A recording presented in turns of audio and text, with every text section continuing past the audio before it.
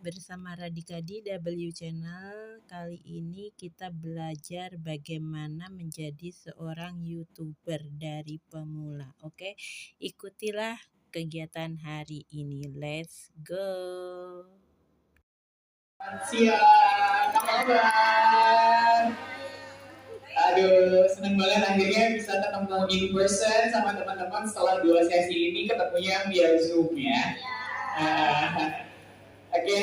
Di final workshop hari ini, oh ya, pertama-tama kenalin dulu. Namaku Enhar Kusmedireja, tapi bisa dipanggil Randy. Aku adalah tim kreatif dari akun Dimitri Orang. Ya. Terima kasih untuk teman-teman PMI yang sudah datang untuk ikutan workshop content creation di BNI Hong Kong hari ini ya. Untuk mulai ini tidak pakai panjang kata, tidak pakai lebar, akan diawali dengan sambutan dari Ibu Endah Cahyani selaku General Manager dari BNI Hong Kong. Kepada Bu Endah, dipersilakan untuk memberikan sambutannya. Semangat pagi. Semangat pagi. Ya, walaupun kita segini nih, kita kalah nih ya sama konser Armada, tapi tetap harus semangat. Ini sesi ketiga kan ya? Setelah 2 kali kita sesi, ngelihat Mas Randy ini cuma lewat layar, sekarang aslinya ada di sini ya. Thank you Mas Randy udah hadir bersama dengan kita semua di Hong Kong. Senang sekali ketemu Mas Randy, akhirnya bisa tatap muka. Jadi bisa langsung nanti kalau kita mau nanya-nanya. Juga ada Mas Sandro ya. Mana Mas Sandro? Thank you Mas Sandro udah datang. Sebelumnya, Assalamualaikum warahmatullahi wabarakatuh. Salam sejahtera, salam budaya, salam kebajikan. Puji Tuhan, kita sudah sampai di sesi ketiga untuk acara konten kreator dari Dimitri Orang. Suatu acara yang sangat bermanfaat, memberikan kita tambahan pengetahuan, mengerti mengenai teknik gimana sih caranya untuk membuat suatu materi video, suatu konten untuk bisa kita masukkan dalam media sosial. Ini sangat bermanfaat buat teman-teman sekalian. Di waktu libur lagi nanti, kalau ada waktu libur, bisa membuat sesuatu yang bermanfaat. Daripada tidur-tidur di Victoria Park, kemudian kita bikin video ya kan, bikin konten. Dan bisa membuat teman-teman juga terkenal lagi. Jadi YouTuber, terkenal di mana? TikTok, apa lagi sih? Reel, Instagram ya. Terus apa lagi? Facebook masih nggak sih Facebook? Masih dong ya kalau Facebook ya, walaupun kayaknya udah jadi banget, tapi Facebook masih. Ya, pokoknya ini merupakan suatu kegiatan yang bermanfaat. Jadi teman-teman benar-benar serap ilmunya yang di-sharingkan oleh Mas Randy dan Mas Sandro nanti. Jangan malu bertanya, tanyain aja mereka, mumpung orangnya ada di sini nih. Hari ini ada di sini gitu ya. Kalau melalui itu kan Zoom agak susah gitu. Kalau sekarang hari ini ada di sini, bisa ditangkap, bisa ditanyain. Untuk teman-teman yang kasih ini. Itu aja, semangat. Mudah-mudahan teman-teman lain yang habis konser bisa join. Minta tolong teman-teman bisa share lagi ya. Ajak teman-teman yang lain datang ke tempat ini. Assalamualaikum warahmatullahi wabarakatuh. Terima kasih Bu Endah. Tepuk tangannya boleh sekali lagi. Semangat sekali nih. Oke, selanjutnya kita akan melihat video doa dari BNI ya. Itu workshopnya nih yang akan langsung disampaikan oleh Mas Sandro Jabrik. Mas Sandro Jabrik, mana nih Mas Sandro? Ya, siapa yang udah sabar? Oke, Mbak Gita ya. Oke, tanpa panjang lebar kita panggilkan Mas Sandro. Terima kasih ya teman-teman, luar biasa. Saya mengucapkan terima kasih untuk pihak BNI, terus pihak di negeri orang yang sudah memperbolehkan saya untuk tampil di hadapan teman-teman. Jadi dan terima kasih buat teman-teman atas waktunya yang mau hadir datang ke sini, dan saya berharap ke depan di 45 menit ke belakang nanti teman-teman sudah bisa edit video yang cakep. Tepuk tangan dong buat teman-teman semuanya. Oke, jadi di materi kali ini sebenarnya kita cuman dibagi untuk bagaimana edit. Karena saya sangat memahami teman-teman itu kan tidak punya banyak waktu. Ya kan? Udah selesai kerjaan jam 11, kadang jam 12, kadang setengah 1, parah ya. Habis mandi pakai hair dryer, itu pun kalau dikasih sama majikannya hair dryer, kalau nggak dikasih karena suaranya berisik ya dikipas-kipasin sendiri kan. Benar nggak? Soalnya tiap-tiap hari dengerin curhatan kan. Jadi di konten saya kebetulan saya juga bikin konten masalah-masalahnya teman-teman. Jadi masalah ribut sama majikan di interminit, yang gadein ke bank, ya. Jadi yang pinjam duit, ya kan kayak gitu kan, ada banyak juga kan. Dan yang wah majikan kok cerewet. Nah makanya hari ini saya sebenarnya ingin bikin video yang gampang, mudah, cepet, tapi ditonton enak, bener kan? Semuanya mau ya? Sudah disiapin kamera HP-nya semuanya ya? Sudah disiapin, sudah di-downloadin aplikasinya juga sudah? Sudah ya? Aplikasinya sudah, InShot, Capcut, atau KineMaster. Kalau semuanya sudah siap, hari ini nanti kita akan simulasi ya. Kita akan praktekkan, saya kasih materinya nggak terlalu banyak, dikit, praktek, tek, selesai, kasih transisi, kasih lagu, kasih musik ya, kasih lagu, mau potret, kalau kita ke TikTok, mau 16x9 kalau di YouTube, kalau mau di reel juga bisa, yang berdiri potret, nggak ada masalah. Yang terpenting adalah, pertanyaan saya satu sebelumnya, buat apa sih teman-teman bikin video? Buat menyimpan. Ini kan penting kan? Kita harus tanya, bikin video mau buat apa kan gitu loh, bener gak? Cari cuan ya. Emang dari video ada cuannya? Ada ya. Yang sudah pernah dapat cuan dari video angkat tangan. Angkat tangan. Banyak dapat cuannya dari mana kalau video? Oh, endorse luar biasa. Kalau Mbak Suci Badria? Dari YouTube.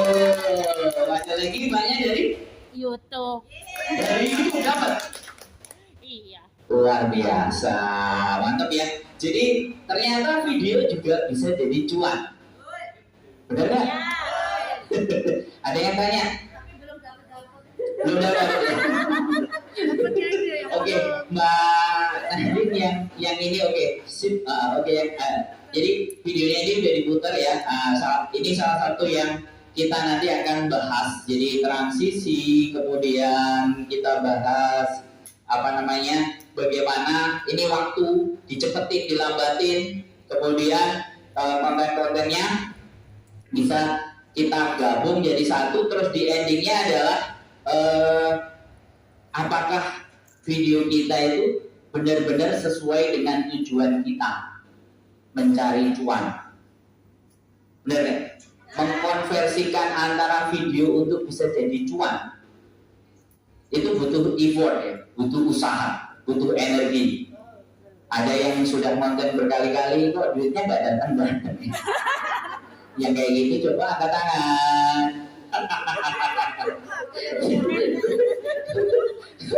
Jadi ini beberapa elemen yang nanti akan kami bahas, dan karena saya bisa langsung berhadapan sama teman-teman, karena biasanya kalau saya di komunitas YouTuber Hongkong memang saya langsung.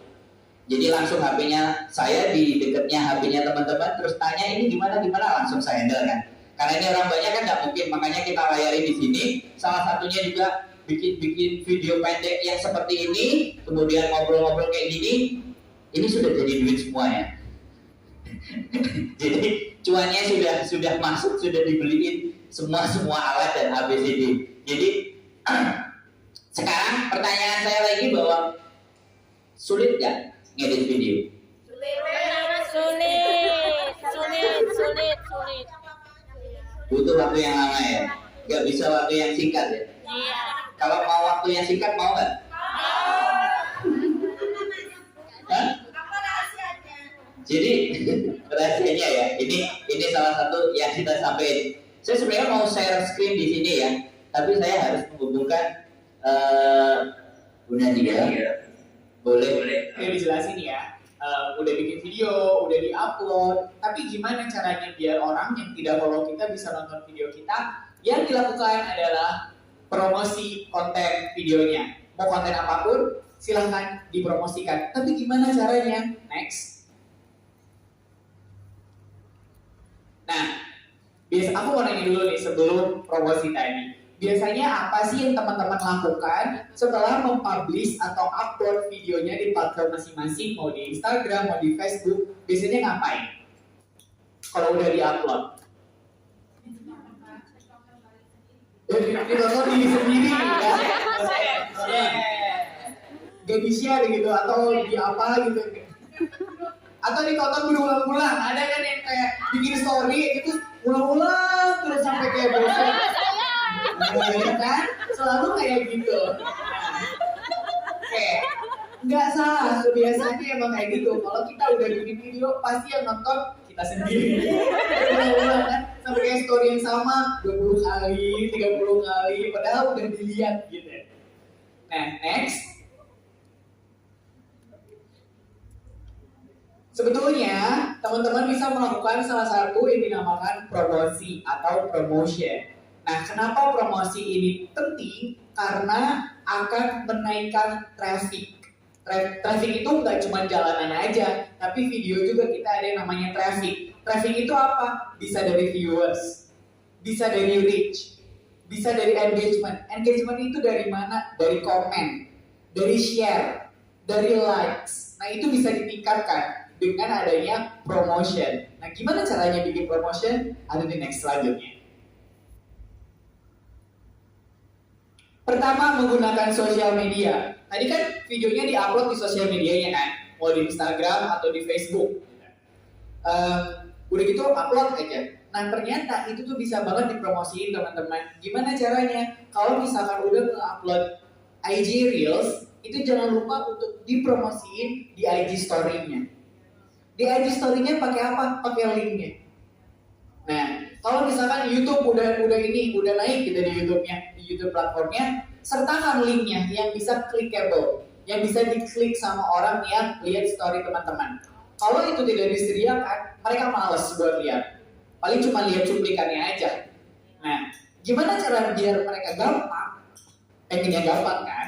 Nah, yang gampang itu videonya masukin, bikin hook. Kalau kita bilangnya hook, itu tuh video yang memang bagian dari keseluruhan video yang lucu-lucunya. Kayak tadi, itu bisa dibilang hook yang tadi Mas Sandro liatin yang ada keluh kesah percakapan itu yang bilang kalau sama majikannya disuruh nanya, tapi kok malah nanya gitu kan.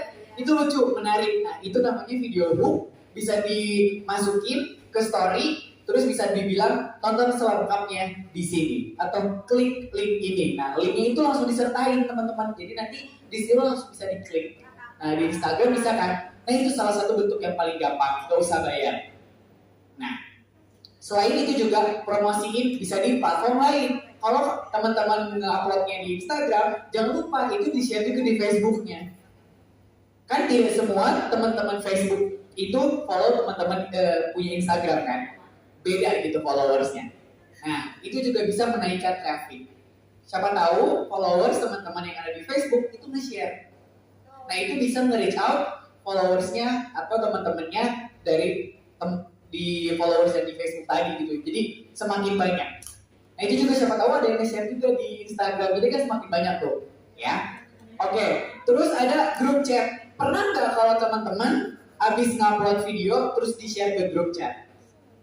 Tidak. Kayak, aku udah ada video baru nih, jangan lupa tonton ya. Tidak. Pernah ya, tapi sebagian jarang ya, belum pernah. Nah, itu salah satu strategi yang bisa dilakukan. Pasti kan punya grup-grup chat kan di WhatsApp, ada komunitas-komunitas kan, di komunitas YouTube, komunitas apalah terserah gitu ya, di Hongkong atau mungkin di kampung halaman punya, itu pasti akan tertarik untuk nonton video teman-teman kesehariannya di Hongkong ngapain sih? Atau mungkin punya grup di kampung gitu ya, satu RT gitu misalkan, atau satu atau grup SD gitu misalkan, pasti kan mereka pengen tahu gitu keseharian teman-teman di sini apa, share linknya di situ biar mereka nonton. Nah itu bisa menaikkan traffic. Jadi nggak cuma followers teman-teman aja yang nonton, tapi dari grup chat ini juga bisa disebarkan. Nah grup chat itu nggak cuma di WhatsApp, Telegram atau platform chat yang lainnya, tapi bisa juga kalau teman-teman tahu ada yang namanya Quora. Itu di internet juga ada, dan biasanya mereka suka tanya jawab, mau nanya apapun gitu kan, ada di Quora ya. Nah itu bisa diselipin di situ. Langsung aja teman-teman ke Quora, terus tulisin kata kuncinya misalkan TKI atau PMI Hongkong gitu. Kan ada yang suka nanya kan, gimana caranya jadi PMI di Hongkong, gimana lalalala gitu. Ntar teman-teman langsung masukin aja, ini loh kehidupanku jadi PMI, kalau mau lihat video ini bisa banget, sertakan linknya. Gratis, gak bayar. Padahal teman-teman cuma menjawab pertanyaan dari orang lain, tapi teman-teman sambil mempromosikan videonya. Gak bayar, tapi dapat traffic. Nah, itu tadi grup chat. Yang ketiga adalah ads atau advertisement. Nah, ini yang berbayar. Nah, ini kalau misalkan di Instagram atau di Facebook, itu bisa pakai Meta Business. Nah, itu bisa banget di ads. Jadi nanti teman-teman gak harus mahal-mahal, itu bisa ada yang biayanya per hari misalkan Rp10.000 gitu ya, satu minggu misalkan. Itu juga bisa reach-nya lumayan naik, tapi ya tadi kalau misalkan ads-nya semakin kecil, itu akan reach-nya juga sangat semakin kecil gitu. Jadi kalau misalkan pengen reach-nya lebih banyak lagi, nanti bisa lebih banyak lagi cost-nya gitu. Nah di situ juga bisa disertakan apa sih yang pengen dicari, apakah reach, apakah followers, apakah engagement yang lain gitu. Nah satu lagi yang bisa dilakukan adalah dengan quiz atau giveaway. Jadi teman-teman ala-ala gitu kan ya, udah jadi YouTuber di Hongkong gitu. Nah di Instagram bikin giveaway, aku punya giveaway nih barang-barang dari Hongkong, siapa yang mau. Tapi kalau mau ini kamu nonton dulu videoku dan sertakan menurutmu apa sih yang unik dari videoku. Ini kamu pilih 3 orang gitu. Nah itu kan nanti trafficnya naik gitu. Nah gitu. Paling itu aja. Nextnya Nadine.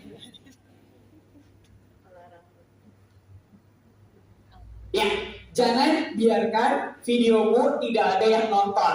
Ya, lakukan promosi terhadap kontenmu dan naikkan traffic. Itu tadi presentasi dariku, cuman itu aja. Terima kasih sudah menyimak ya. Nah, kemarin kan teman-teman udah submit beberapa challenge atau video yang kita minta ya, yang waktu workshop kedua. Itu sekitar ada 36 video yang masuk. Dan kita sudah punya 3 pemenang. Buka Q&A session, jadi buat teman-teman yang pengen punya pertanyaan atau ingin menanyakan sesuatu, langsung aja. Tadi ada pertanyaan bisa disampaikan ke Mas Sandro atau tentang promosi bisa ke aku. Terima kasih. Ada yang mau nanya? Silahkan. Boleh ke depan.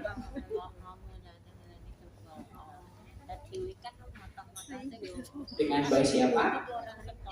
Halo Mbak Eni, mau tanya apa ke Mas Sandro? Oh iya, siapa aja? Oke, baik. Pertanyaannya itu untuk YouTube atau Instagram itu baiknya upload reels atau video itu di jam-jam berapa aja sih ya yang bisa menjangkau banyak follower gitu. Maksudnya di banyak orang. Udah itu. Oke, baik. Terima kasih Mbak Eni. Mas Sandro mau jawab? Boleh kalau saya boleh.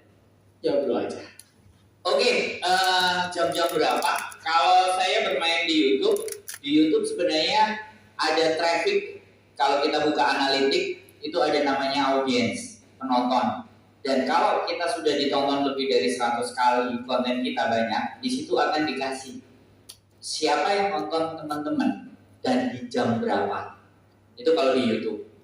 Jadi jawabannya pagi, siang, sore, malam tergantung channelnya sampean. Beritanya tentang apa, tingkat audiensnya bagaimana. Kalau saya pribadi, uploadnya biasanya saya di pagi, karena jamnya teman-teman itu paling banyak trafficnya. Kalau ini untuk audiens Hongkong, karena nanti pasti kalian punya audiens masing-masing yang mau disasar di mana.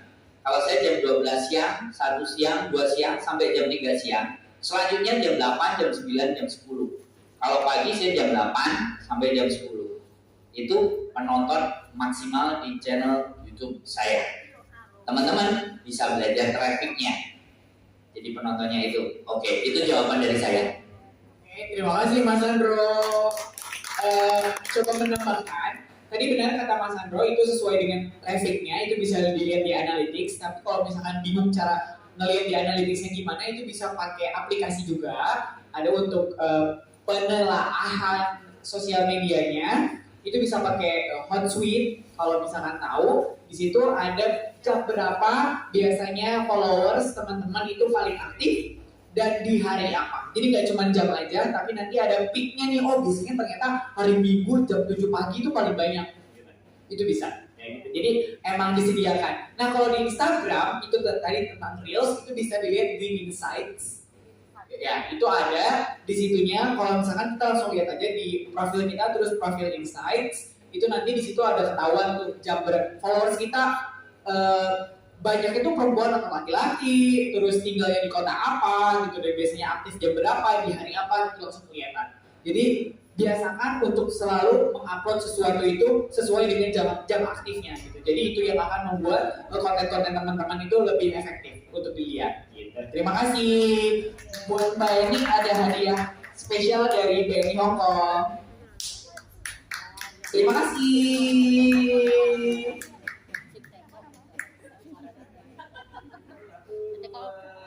Terima kasih Mbak.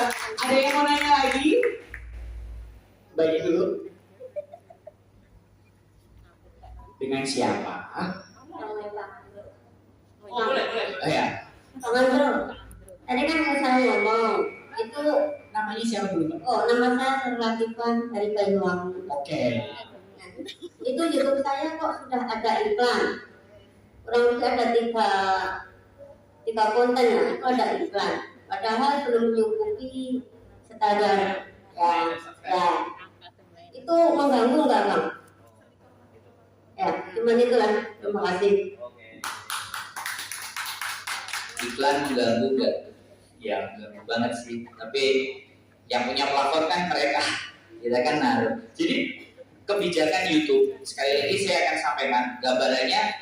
Kalau dijawab mengganggu atau tidak, iklan memang mengganggu. Tapi iklanlah yang akan ngasih duit ke konten-konten kreator. Jadi ini yang harus kita pahami. Nah, terus pertanyaannya kenapa belum mencukupi subscribe dan jam tayang? Kenapa sudah ada iklan? Itu kebijakan YouTube sejak 2022 atau 2021 akhir. YouTube sudah menerapkan kebijakan semua konten yang masuk ke YouTube ada iklannya.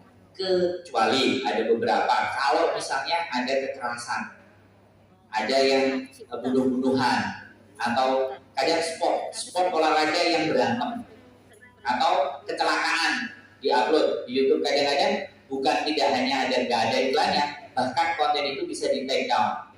Jadi ada beberapa konten-konten di mana dia nggak masuk iklan, tapi dia juga tidak diizinkan naik, kayak pornografi, semuanya kayak gitu. Jadi dia bisa menonaktifkan iklannya. Kalau di dalam YouTube, kalau yang sudah monetize, ada yang namanya dolar yang warnanya kuning, ada dolar yang warnanya hijau, atau bahkan dolarnya hitam.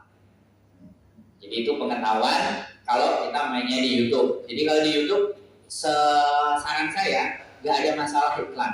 Justru di situ memacu teman-teman supaya kalian nggak rugi, cepat bikin, cepat subscribe banyak, cepat monetize banyak, agar kita nggak cuma dimanfaatin sama YouTube.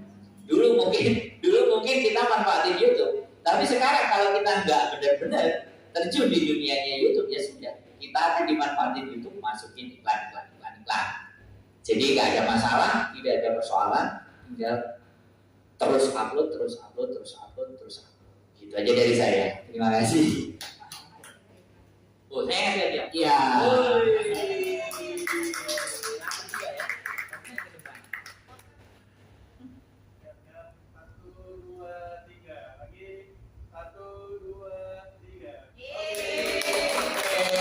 Pertanyaan selanjutnya, mbaknya dulu yang kuning. Baru nanti mbaknya ya.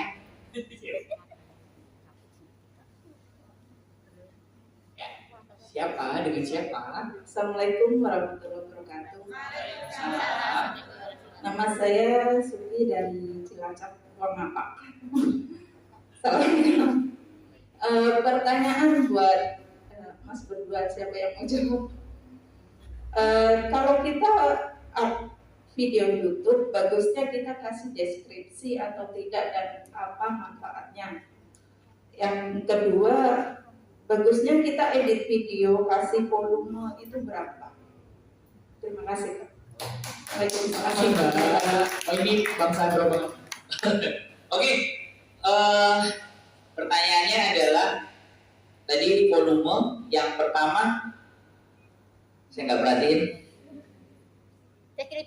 Deskripsi perlu diisi kan? Oke, jadi ini banyak. Kalau saya deskripsi selalu saya isi yang paten. Jadi di setting itu ada deskripsi yang sifatnya umum dan deskripsi yang sifatnya khusus. Ada dua hal.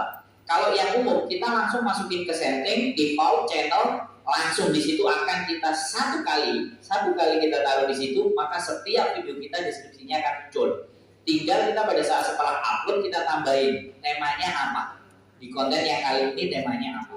Jadi itu yang deskripsi namanya khusus, yang deskripsi umum. Karena di situ disiapkan 5.000 karakter. Artinya 5.000 karakter itu 5.000 huruf. Jadi kita boleh masukkan, mungkin yang 4.000 adalah deskripsi umum, yang 1.000 deskripsi khusus. Itu boleh. Itu kalau kita di YouTube. Jadi boleh. Tapi ada beberapa konten kreator dia tidak memperhitungkan itu.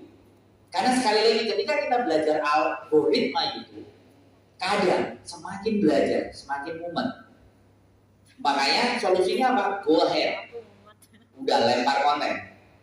Jadi ini cara jalanan, cara yang benar dan cara ekstrim. Jadi kadang saya berpikir saya naruh, tapi konten saya juga nggak naik-naik. Tapi begitu upload 5, 6, 7, 5, 6, 7, software otomatis datang, view juga otomatis datang, kita juga disebarkan. Kuncinya kalau di YouTube boleh diisi, itu memang secara standar kita harus sebaiknya isi. Tapi boleh juga itu sampai abaikan. Yang penting di YouTube itu konsisten dan persisten. Artinya rutin upload dan sebaiknya khusus kalau mau grow up-nya cepat. Di samping tadi promosi di-share-sharekan kan, ke link ke semuanya, kasih cuplikan, lihat ciliknya, jadi buat mancing orang datang. Dan satu hal yang juga paling penting, bangunlah personal branding sampai. Jadi YouTube itu broadcast yourself. Sebenarnya silahkan kalian mau apa yang mau ditunjukin di diri kalian, itu apa yang mau dikeluarkan, itu YouTube. Berharapnya seperti itu dan keluarkan sebanyak-banyaknya. Itu dari saya. Oh tadi yang volume, tadi saya bilang diedit. Kalau suara manusianya dikeluarin, musiknya dimasukin, musiknya kurangi sampai 9 atau 8. Jadi sebenarnya ini bukan patokan, tapi dirasa-rasa saja. Dirasa-rasa kira-kira suara saya, karena volume manusia kan beda-beda. Kadang ada yang kayak saya cempreng gak taruh-taruhan, ada yang lembut kayak mbaknya tadi, Mas penyiar cocok tadi jadi dubbing.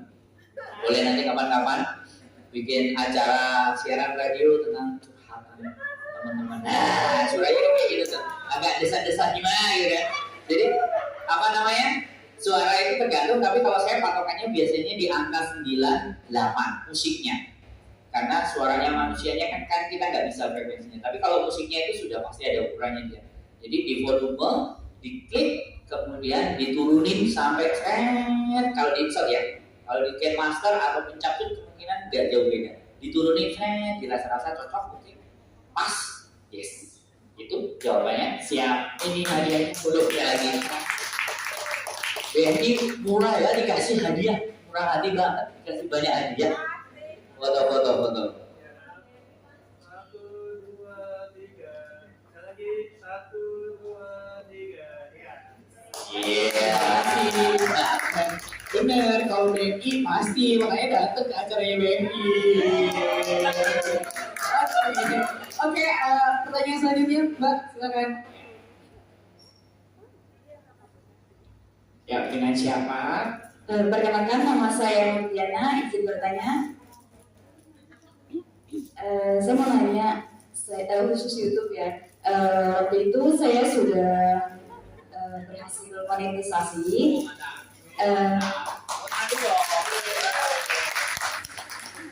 Kemudian saya masih bingung nih setelah monetisasi ini apa yang saya lakukan, karena saya dengar dari teman yang sudah monetisasi itu katanya harus ngumpulin $10 apa gitu sih, kurang paham. Saya sempat ya dari YouTube tapi saya nggak paham gitu apa yang intinya saya tidak paham. Kemudian yang kedua, minta tipsnya untuk upload di YouTube itu biar ketika ngasih musik atau lagu itu nggak kena copyright. Karena sebelumnya saya udah ngasih musik itu yang disediakan oleh aplikasi tersebut, tapi padahal uploadnya itu udah 6 bulan yang lalu. Tapi kenanya sekarang ini baru kena gitu. Nah jadi dari situ makanya saya kayak males gitu. Jadinya kenapa sih kena copyright terus gitu, padahal udah pakai musik yang disediakan gitu. Oke, terima kasih. Oke, apa yang harus dilakukan setelah 4.000 jam tayang dari 1.000 subscribe? Tetap tugas utama YouTube adalah upload konten. Tetap upload konten. Nanti setelah di angka 10, maka dia akan kirim email. Tolong dimasukkan data. Jadi setelah ada email, jadi biasanya kalau yang terjadi, karena ini per experience satu persatu itu beda-beda. Tapi sekali lagi prinsipnya yang dari YouTube, kadang ada yang sampai sudah mencapai 10 baru, dia akan ngasih email untuk kirim PIN. Jadi untuk kirim PIN. Setelah dikirimkan PIN-nya nyampe, terus dibuka, dimasukin di setting, PIN-nya sudah nyampe, baru terverifikasi benar sampai konten kreatornya, karena alamatnya pada saat mendaftarkan monetisasi dikonekkan dengan AdSense, cocok, PIN-nya masuk, diisi di bagian AdSense, ya Google AdSense, masuk di AdSense, PIN-nya ditaruh di situ, selesai, baru setelah itu kadang ngisi pajak. Setelah ngisi pajak, ngisi semuanya, alamat, identitas clear, selesai, barulah angka sampai per harinya akan masuk. Biasanya dia kalau YouTube ada jam 4 sore atau jam 5 sore, tapi kalau untuk di AdSense uangnya masuk biasanya laporannya tanggal 10. Jadi bulan kemarin itu masuk maksimal angkanya di tanggal 10. Setelah tanggal 10 kalau sudah memang memenuhi batas 1.400.000 kalau untuk rupiah, 800 Hongkong dolar kalau AdSense-nya Hongkong. Sarannya teman-teman, kalau di Indonesia, saran saya adalah AdSense-nya Indonesia. Karena kalau kalian menerima uang selain dari gaji kalian, Hongkong punya aura. Ya, ini tanda tanya. Jadi kemarin beberapa teman-teman yang AdSense-nya kelewat di Hongkong, suratnya datang ke majikan. Masalah. Nah, itu masalah. Sekali lagi ini diperhatikan. Belajar YouTube, kalau kita ada konten, ada uangnya. Nah, jadi ingat ya, dari awal nanti dia akan ngirim email. Email itu ikutin saja apa yang dia mau. Di situ diklik, ya masuk data. Oke, itu yang pertama. Pertanyaan yang pertama dijawab, sudah bisa dipahami. Nah, pertanyaan yang kedua tadi tentang lagu supaya tidak copyright. Nah, di dalam YouTube itu ada di dashboard. Kalau sampai buka YouTube dashboard Logic, itu di bagian bawah itu ada gambarnya nada suara. Dan itu disiapkan kalau nggak salah hampir bisa jadi 1 juta lagu. Kita bisa pilih. Memang secara feel, secara rasa nggak sesuai, dangdut nggak ada, koplo juga nggak ada. Makanya kita ambil supaya lebih aman dari situ. Makanya kita rajin seleksi. Diambilin satu persatu mana yang cocok, mana yang kalem-kalem, mana yang kalau tadi saya keluarkan banyak yang dentuman-dentuman keras, kan itu by taste, by rasa. Sampean mau kasih video sampean yang rasa apa? Ada di situ, ada kategorinya, ada melankoli, ada kategorinya happy, gembira, ada kategorinya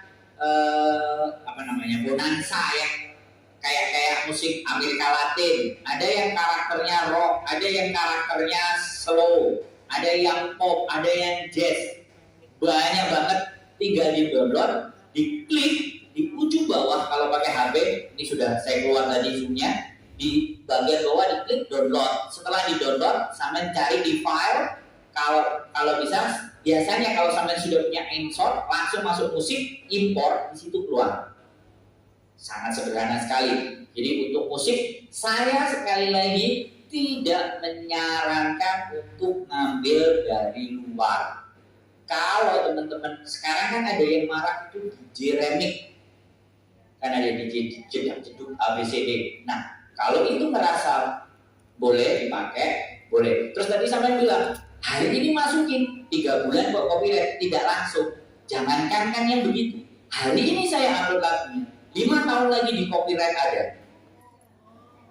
Nah, itu hebatnya YouTube. Jadi dia benar-benar menghargai privacy atau karya orang. Jangankan sama-sama ngambil video saya nih, mukanya saya nih masuk, ya kan? Suatu saat terus video saya terambil sama sampean, atau saya nggak suka sama sampean, video saya tahu ada video di tempat sampean, saya bisa klaim. Bisa dipahami nggak?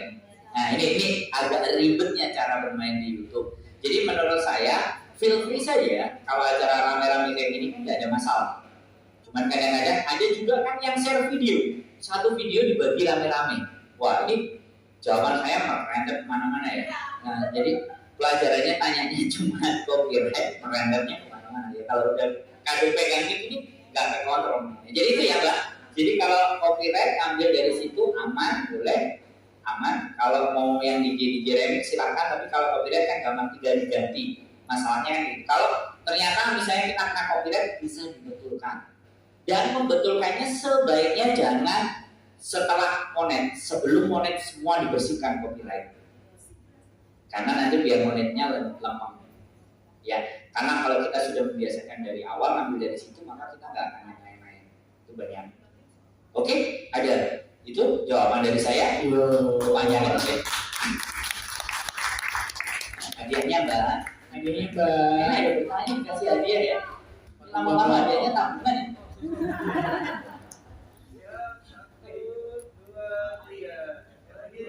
2, 3. Oke. Ini keren ya. Lama hadiahnya tabungan juta 2 juta. Kalau hadiahnya mau tabungan, dua-dua rekening BRI. Oke, satu pertanyaan terakhir. Oke Mbak, silakan.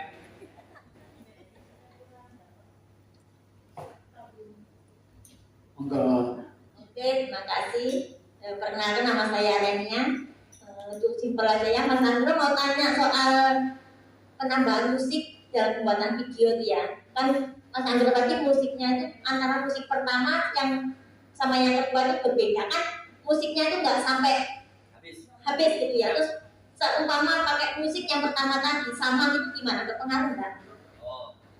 Oke, terima kasih. Makasih Mbak. Nambah musik simple, sederhana. Kalau musik pertama mau dilanjut musik kedua, diklik musiknya, dicari logonya copy, klik sudah langsung nyambung. Bisa dipahami? Tapi berpengaruh nggak? Ya? Nggak berpengaruh kan ya? Enggak, tinggal waktu musik kan ditambah. Setelah itu terus diklik lagi dia biasanya langsung nyambung ke sampingnya. Diklik lagi nyambung ke sampingnya. Jadi kita nggak perlu nyari lagi, ngisi lagi enggak, tapi cukup di copy. Set copy set. Jadi semua satu lagu nanti sama. Tapi nggak perlu berupa lagu itu, nggak perlu. Kenapa? Nggak perlu berupa lagu, nggak apa-apa. Sesuai selera. Oke, makasih. Jadi musik itu sesuai selera, dan musik yang dimasukkan tadi itu bisa dipotong juga. Diambil jeduknya, diambil intronya, diambil apa, itu sesuai dengan selera.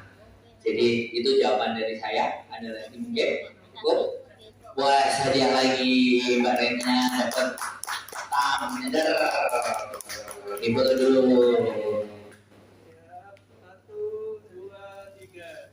Lagi 1, 2, 3. Oke. Oke ya. Terima kasih. Wih, mantap juga nih. Mantap. Ya itu tadi dia sesi tanya jawab kita, maka berakhir sudah acara workshop content creation kerjasama BNI Hong Kong dengan di negeri orang. Terima kasih untuk teman-teman PMI Hong Kong yang sudah datang hari ini dan juga dalam 3 rangkaian acara ke belakang. Sehat selalu dan sukses terus. Oke. Untuk mengakhiri ini kita foto bareng yuk.